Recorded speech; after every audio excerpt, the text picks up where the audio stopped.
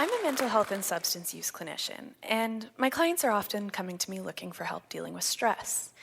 They come in feeling stressed about finances, their jobs, and their relationships, and sometimes they're hesitant about working on this with me. I'm so young. What do I know about stress? Well, I've been surrounded by the internet and computers for most of my life. Technology exists to make our lives easier, more automated, and less stressful. But does it? Who better to address the impact of technology on stress than a digital native? We tend to think of stress itself as a problem, but it's actually a mechanism to help us deal with problems. Just as inflammation is a mechanism that helps the body eliminate a threat like infection, stress is a mechanism that helps the body cope with a threat like a predator. The stress response has evolved over hundreds of thousands of years, and it's activated when we feel threatened or we're faced with a situation that exceeds our ability to cope. In a time when we were spending our days hunting and gathering, sweating helped to cool us down. An increasing heart rate helped the blood carry glucose and oxygen to the muscles quickly. Shutting down digestion allowed us to redirect that energy to our muscles to make us stronger. And it all made sense for us back then, making us more likely to survive and reproduce and pass that response on to future generations.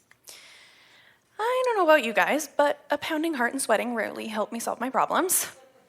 I've never had to kill my own food, but I have been to plenty of meetings and interviews where being a sweaty red tomato was just not very helpful. Thousands of years ago, human stressors were largely physical, but now we have medicine, agriculture, law, and relatively few predators. The reason we're still so stressed despite all of these adaptations is that our environment has changed quickly and our body's evolution is nowhere near catching up. In fact, you could say we're maladapted because we're not fit for our environment. In evolutionary terms, fitness refers to how well suited an organism is for its environment. So for example, I'm not fit to survive underwater because of the lack of gills and fins, but a fish is. So we're stuck with an ancient stress response in this modern environment. The way humans survive in the modern day is by engaging in social relationships. That's your workplaces, schools, families. So when our survival and well-being is dependent upon this environment of social relationships, it makes sense that those are the problems that cause our stress response to activate. The stress response has evolved over hundreds of thousands of years because it made an organism more likely to survive and then reproduce. And that allowed them to pass that response onto their offspring.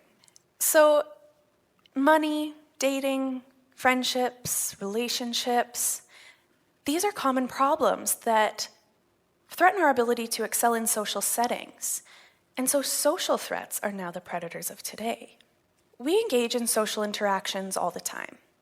So we go to work and we chat with our colleagues and our customers, and then we come home and we spend time with our families.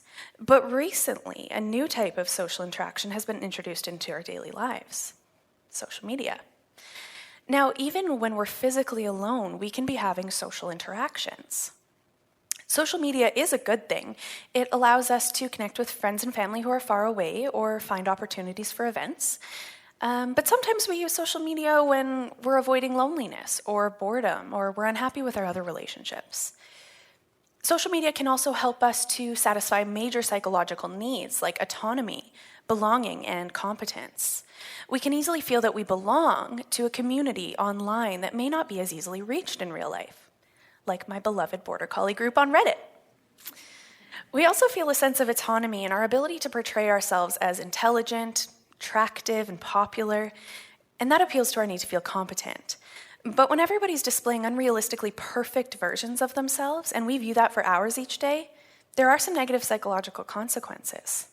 Let's call it the Facetune effect, after the popular image editing app. We engage in social comparison all the time. We evaluate ourselves and our abilities to those of others in order to evaluate ourselves. To be as fit as possible for our environment, we have to evaluate our performance and then strive to improve. Upward social comparison is when we compare ourselves to someone who's at a higher level. When I compare myself to a fitness model, my evaluation indicates that I'm at a lower level of ability, and that can result in a lowering of self-esteem. For others, that comparison could be motivating if they feel that they could reach that level of ability. So it's up to each of us to know how comparison affects us and adjust the content we consume accordingly. Another negative effect of social media use is FOMO, the fear of missing out. Social media shows us all the fun and exciting things every one of our friends is doing, like hiking Everest and getting married and climbing the ranks at work. We're presented with more opportunities than a person can possibly take on all at once in real life. We're fearing that others are having experiences we're missing out on. A high level of FOMO is associated with low mood, low life satisfaction, and negative physical health outcomes. Those high in FOMO also experience more physical symptoms of stress and spend more time online. Ironic how our fear of missing out on things causes us to spend more time on our phones, missing out on things. The new type of stress is digital stress. This is the sense of dread you feel when you've got 130 unread emails, 5 missed calls, 15 Facebook notifications, and 27 Snapchats. It becomes a burden. Plus, all those unread notifications stoke the FOMO fire. There are ways to use social media and lessen the associated stress. Use it actively rather than passively. So instead of only scrolling and hitting the occasional like, post things, share, and comment. Unfollow accounts that make you feel badly. Compare yourself in realistic ways, not to celebrities with teams to make them appear perfect. Turn off non-essential notifications and set boundaries on what you share on your social media. An obvious internet boundary is not sending your credit card number to the shady characters that show up in your junk mail folder, but not so obvious is that your online friends don't need to know about a fight with your partner. A boundary rule that I implement with clients is turning off apps or people whose texts and calls make you feel stressed, and then checking them when you feel ready. Ultimately, share what you want to share. You have the right to use social media on your own terms. So, what happens in the future if we don't change our habits?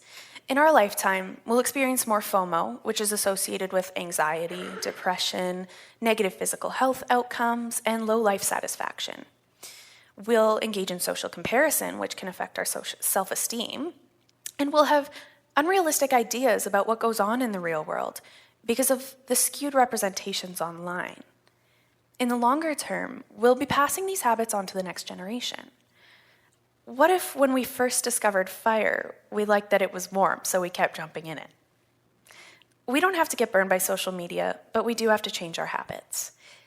It's impossible to predict how the body will evolve, but at least we can show the next generation how to survive and thrive in the digital world. It's time to get a handle on the way we're using technology. We're increasingly surrounded by and reliant on computers. And if that's our environment, we'll have the drive to be as fit for it as possible.